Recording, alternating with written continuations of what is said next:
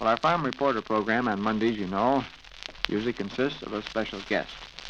And we're following true to form today because we have a special guest this morning in the person of Mr. A.J. Vormwald, conservation investigator in charge of the Buffalo Division.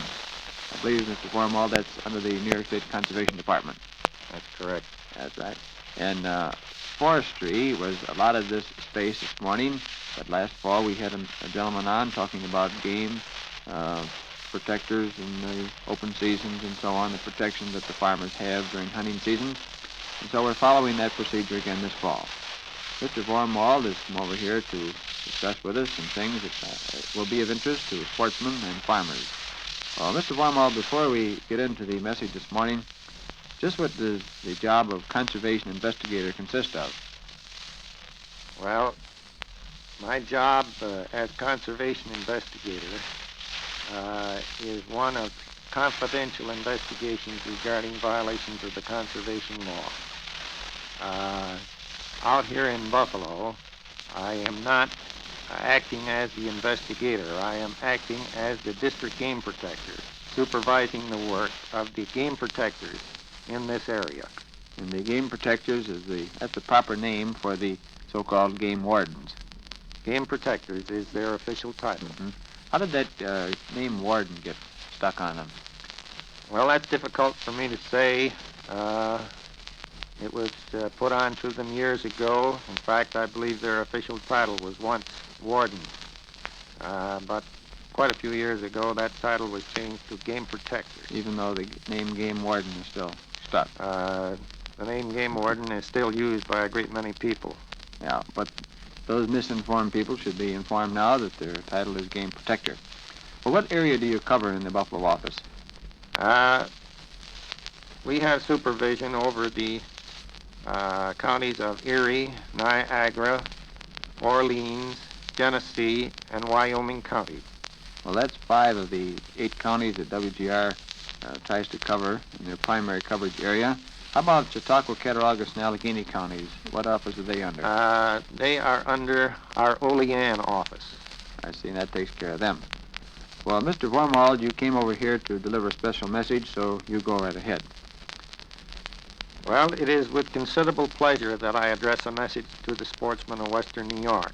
This message is one of most importance to sportsmen. It deals with farmer-sportsman cooperation. We in the Conservation Department realize our debt to the farmers on whose lands we must hunt. Most of our game birds and game quadrupeds are found on lands owned by farmers, with a comparatively small number inhabiting state-owned lands. Therefore, if you expect to hunt on private land, you should make it a point to call on the landowner before the hunting season starts and secure his permission to hunt on his land, whether or not they are posted. I'm sure that in most instances where you do call on farmers, you will secure his consent to your hunting on his land. My own experience with farmers over the past 35 years has been most enjoyable.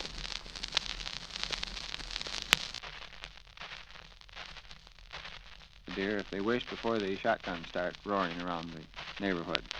That's right. I believe this season was at the request of archery associations in the state.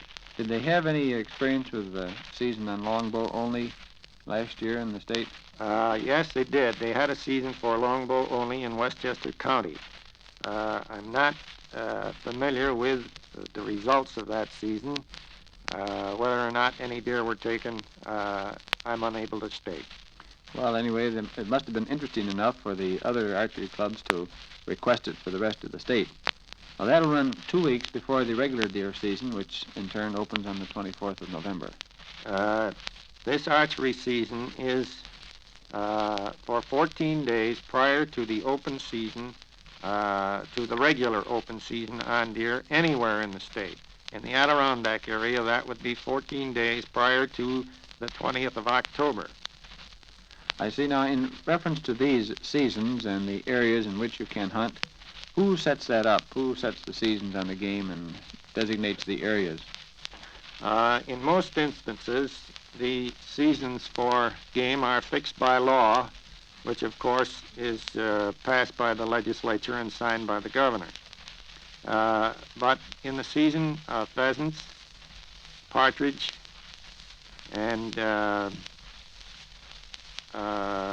antlerless, or rather the buck and doe season, that is fixed by order of the department. It is arranged by the commissioner with the cooperation of the game managers and other interested individuals. Mm-hmm. Well, Mr. Vormwald, what protection does a farmer have in case a sportsman doesn't heed the advice you gave him a few minutes ago and leaves maybe kills a cow or cuts the fence down and leaves it there and causes some damage to either the farm, livestock, or property? There is a conservation law which provides that no person shall do damage to a person's property while engaged in hunting, fishing, and so forth. And if such does occur, the farmer may get into contact with a game protector or with the buffalo office, and we will proceed to investigate in order to determine who, if possible, committed the violation. Well, now, does the farmer have to hire a lawyer to prosecute that if it's necessary to take it to court? No, that case is prosecuted by the people of the state of New York. Well, the state takes care of that for him, and that's part of your job to see that that's enforced. That's right.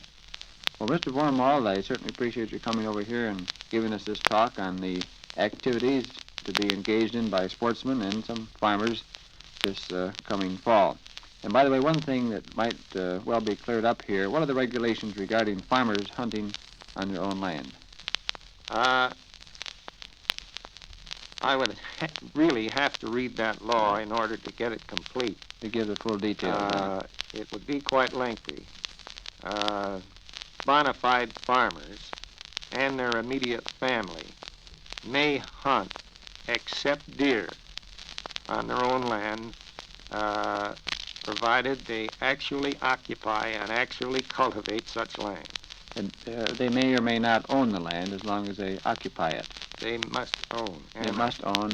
Well, suppose a person rents the land and he's lived there for several years. Well, I'm putting him on the spot. Mr. Vormwald, suppose when you get a chance you'll send that over and I'll give it on a later program.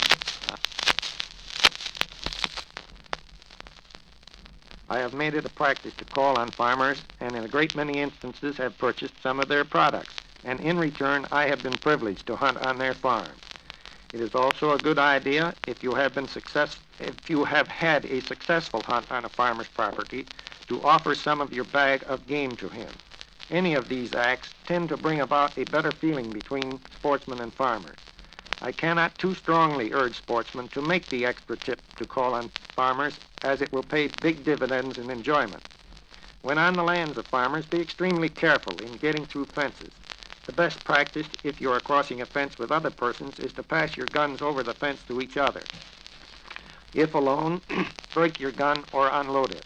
Pass it through the fence and lay it on the ground. Then get over or through the fence and pick up the gun. Be careful where you shoot. Do not shoot near farm buildings or stock. Replace bars in fences if you open them. Don't load your gun until you are away from the buildings and unload it before you return to them. Always park your automobile in the farmer's yard where it will not interfere with the passage of farm vehicles or other autos. If you are courteous in your dealing with the farmers whose guest you are when on their land, you will, no doubt, be welcomed again and again over the years to enjoy the privilege of hunting on private farm land. For your further information, there will be no pheasant season in the western counties of the state this year. They had a season last year, didn't they, pheasants? No. They were. It was, the season was fixed for Erie County, I believe, and owing to the surrounding counties being closed, Erie County requested their season be closed also, which was done. I remember that action now being taken. How about the other small game? Partridge, woodcock, squirrel, and cottontail rabbit open at noon on October 18th. Ducks and geese and other migratory birds open on October 15th at noon. We have something unusual this year in the western part of the state in having a season on deer of either sex. This season is in 10 counties or parts of counties. and the season will open on November 24th and extend to November 30th, with the exception of Sunday, November 28th.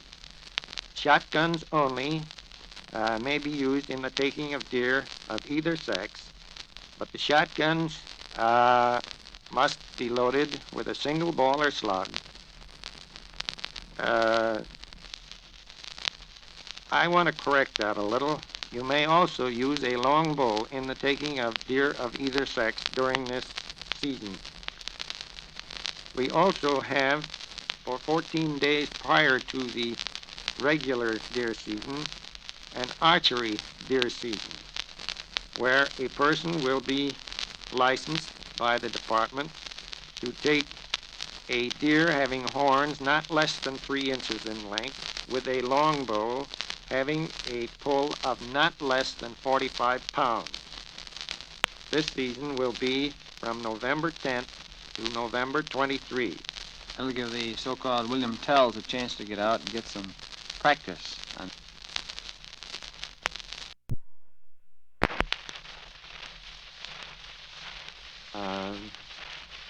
I would prefer that Yeah. because I won't want to answer that question offhand. Yeah.